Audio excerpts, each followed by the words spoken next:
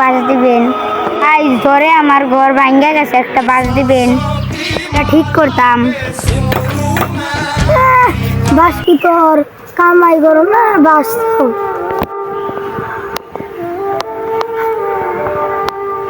বাঁশ কি তোর বাপ দাদা কিনা হয়ে গেছে যে তোর বাঁশ দিমু?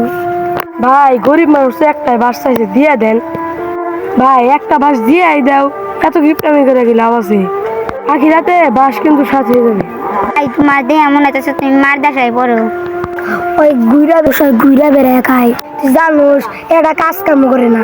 আখি রাতে এটার হিসাব দেওয়া লাগবো। দাঁড়ান, আপনার যে কটা বাস লাগে এনতে নিয়ে যান। এই নেন দাও, কাইটা নিয়ে যান। একটা জিনিস মাথায় রেখে, আখি রাতে কিন্তু এই বাস ছাড়া আর কিছুই যাবে না।